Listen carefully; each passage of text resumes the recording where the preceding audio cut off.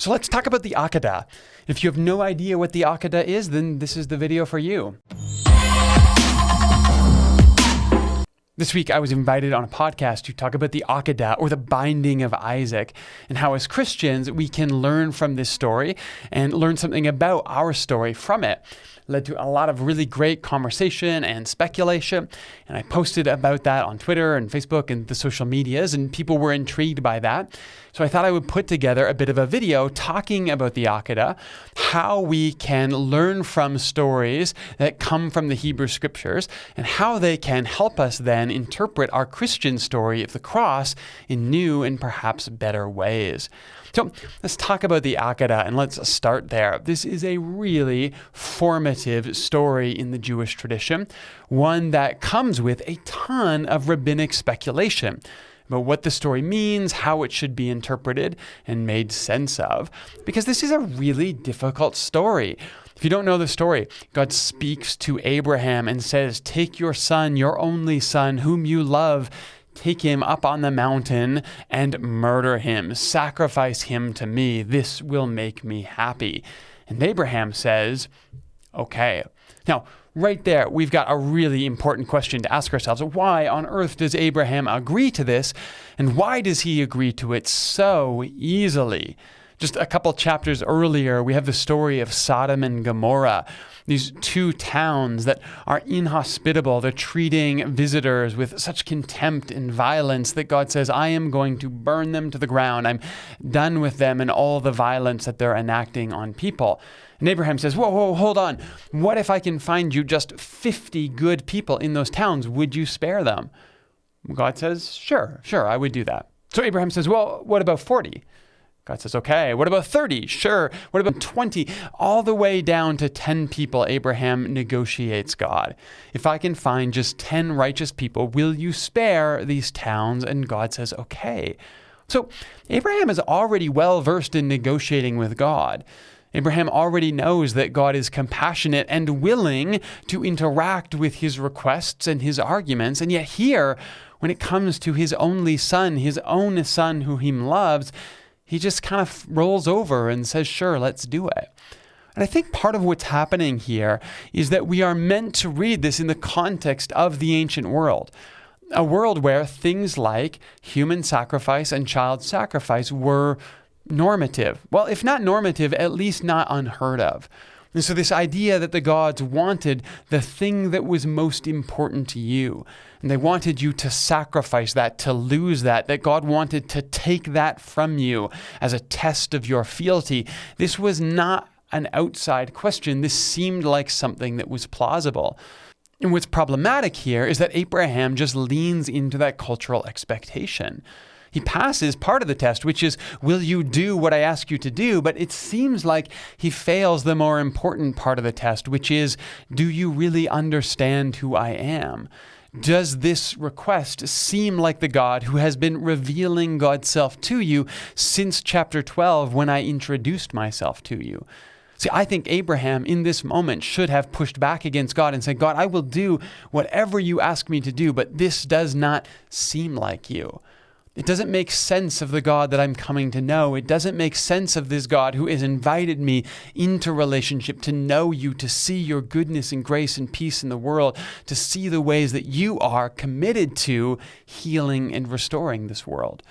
It's almost like there's two parts to the question here. A true or false, will you do what I say, yes or no? And then the essay question where God says, does this make sense to you? Does this seem like me to you? How well do you know me yet? And so Abraham passes one question and fails the other, gets his son up early in the morning, grabs a servant and a bundle of wood and takes him off into the mountains. And then does he have to wrestle his son to the ground? Does he have to tie him up? How does he get him on the altar? We really don't know. But then at the last moment, as he raises the sword above his son's head, the voice of God, the angel of the Lord says, don't do this. This isn't what I really want. This isn't who I really am. Instead, there's a substitute. There's a ram caught in a thicket. Use that, sacrifice that, and then you can go home with your son. But it's not a simple story, and it's not a simple ending, because if we read farther in the story, what we find is that Abraham and Isaac really never speak again anywhere in their lives, at least not recorded for us. Now, we're speculating here from silence. We don't know if they spoke again, but it's not recorded for us. In fact, in one of the most important moments in Isaac's life, Abraham is getting old and he wants to make sure that his son has a wife, and he calls one of his most trusted servants into him.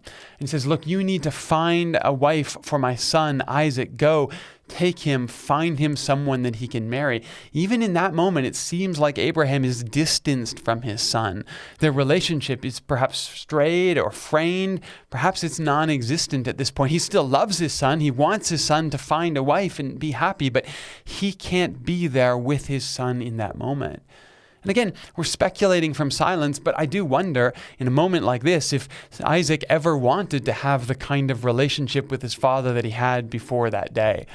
I mean, even if you trust that your father's not going to kill you the next day, I'm not sure that's something you ever get over. And so it seems to me that even part of this story is the consequence of what happens when we don't defend each other in the face of religious obligation or religious expectation. The fact that Abraham didn't stand up to this request and say, no, my son is too important for this. I'll push back and see if there's another way forward. Perhaps that damages both his relationship with his son and in some sense his relationship with God. Okay, so what do we do with that now as Christians? See, traditionally in the Christian story, a lot of people have looked at this story as a type or a pointer to the story of Jesus. After all, there is a father sacrificing their son. There is a son who is willing, at least in some sense it might seem, to be sacrificed. Does this tell us, is this a precursor to the story of Jesus? Well, first of all, I think we have to understand this story of the binding of Isaac is not about the cross. And that's really important. This is a Jewish story. It belongs to the Hebrew people. It's their story, and so the meaning of that story is bound up in what it means for them. Now, as Christians, I think it's very appropriate for us to take our story of the cross and Jesus and then look for ways that that story is echoed all throughout human history, including throughout the Hebrew Scriptures. So absolutely, there are things that we can learn from this story that can help us interpret our story in new and better ways, but we do have to understand that this story is not about our story. It belongs to the Hebrew people, and in that, what we primarily need to do is learn from them and how they interact with it. But if that story in Genesis is about God saying, I am not like the way that you expect me to be, I am not like the other gods, and I do not need or require a human sacrifice. In fact, in this story, I will move the story forward, and I will take your imagination of the divine and move it from human sacrifice to animal sacrifice, but that will lead the story forward into what we read in the poets of the Psalms and the prophets who tell us actually God never wanted any sacrifice. God did not need burnt offerings. What God always wanted was a contrite heart. It was justice and mercy and the way that we would learn to live with each other in the imagination of God. This story is part of a bigger story that leads to the way that God is writing God's law on our hearts. That's what the prophets tell us. Well, now, how do we interpret the story of the cross? Well, if we learn from the Akedah, I think one of the things that we can notice is that just like Abraham, those of us who were there at the crucifixion, those humans who were there when God allowed God's son to be sacrificed, we should have been the ones calling for it to stop. That we should have been the ones saying, this is not right. This is not the God that we worship. This is not how we expect or hope that history will unfold. This violence cannot stand and we cannot endorse it. I think, like Isaac, the story teaches us that even when it comes to the cross, our violent imagination for what is needed to appease God, for what is needed for peace to reign, that there must be sacrifice. This is a misguided application of our own violent imaginations placed on or projected onto God.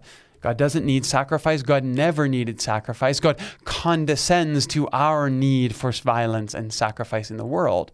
And just like Genesis, I think this story tells us that we should be looking for the divine voice that attempts to stay our hand. For Abraham, that is the angel of the Lord that says, stop, don't do this. But even on the cross, we have the voice of Jesus that says, Father, forgive them. They do not know what they're doing. You don't know what you're doing. This isn't the way forward. You should not continue on this path of violence. You should turn away from it. But even when you can't, I will absorb your violence and repay to you grace and forgiveness. In this moment when God needs no sacrifice, God wants no sacrifice, God becomes the sacrifice. God now actually allows God's self to become the substitute that steps in and absorbs all of our violence that God is trying to free us from. And in that climactic moment, when we don't stay our hand and we go through with our imagination of what is right to protect the status quo, to make sure that those who push back against our kingdoms and our empires are put down and pushed aside, God then opens our eyes by saying to us, you are forgiven even in the midst of your worst expressions of human violence and scapegoating. Because this is what we do. We are always looking for some way for our violence to be taken out on the world.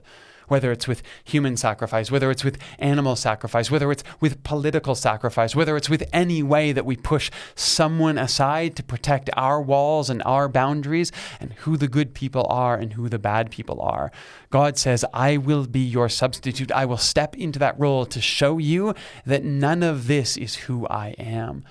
If I was to guess what the Akedah is about, I would say it is about God saying, I am not who you think that I am. I am different than all the other gods you think you know.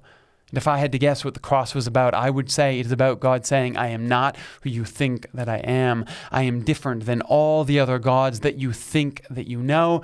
If I had to guess what our modern interaction with Jesus is about, I would guess it is God continuing to say to us, I am not who you think that I am.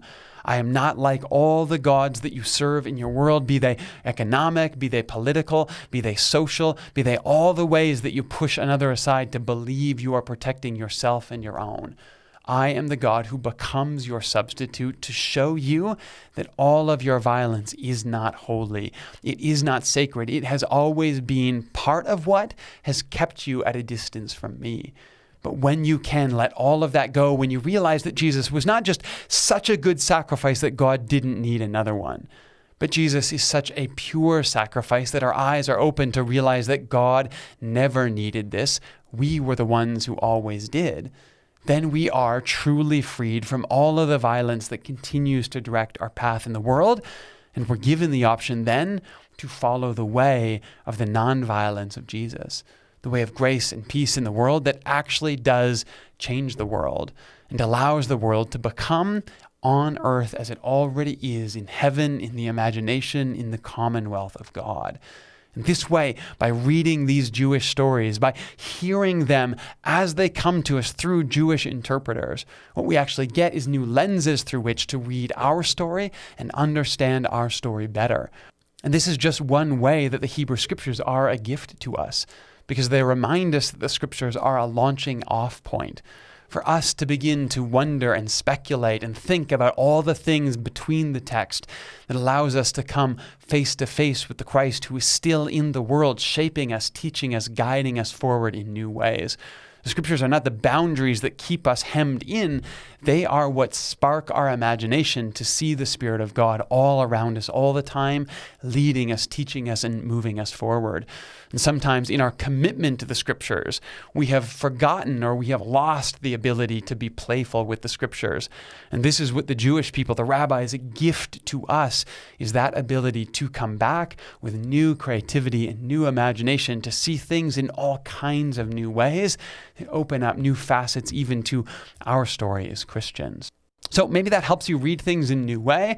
Maybe it just gives you new eyes to be more creative with the Scriptures. But either way, I hope it points you back to the story of Christ, to the nonviolence of the cross and the way that God is showing us that all the violence of the world is unnecessary, that it's always been from us and for us, and that God needs none of our violence for God to be God, for God to forgive and invite and welcome us forward.